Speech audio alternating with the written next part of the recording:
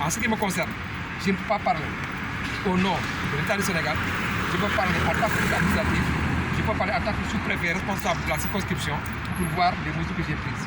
Les mesures que j'ai prises, comme je l'ai dit, sont des mesures immédiates de faire partir les gens ici en attendant qu'une solution globale puisse être trouvée par les autorités compétentes. Ainsi, ce que vous m'avez dit, rendre compte à tous les droits pour effectivement avoir engagement à pouvoir nous accompagner pour régler définitivement cette question, non seulement de la mendicité, mais surtout des couches qui nous viennent de partout, particulièrement du Niger, pour en tout cas s'adonner à des occupations anarchiques de l'espace public. Et quand même, vous savez que l'espace public, l'occupation anarchique, quand même, ne peut pas être accepté au niveau de la capitale. Moins encore un quartier résidentiel, moins encore un quartier où il y a l'université, les lycées, les bâtiments techniques et des risques d'accident avec les deux voies que vous voyez ici.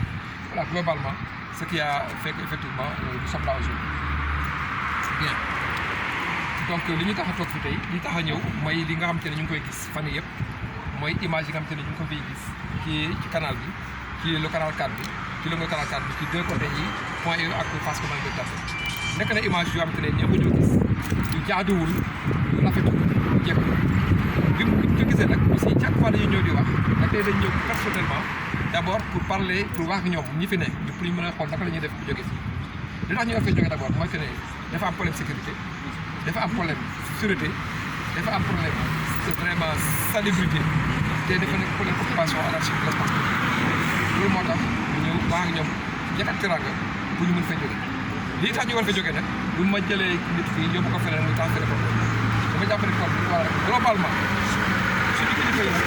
woote nag ay réew yoo xamante ne dañ seet naka la ñuy def ba taxaw kii nga xamante ne mooy Aboubacar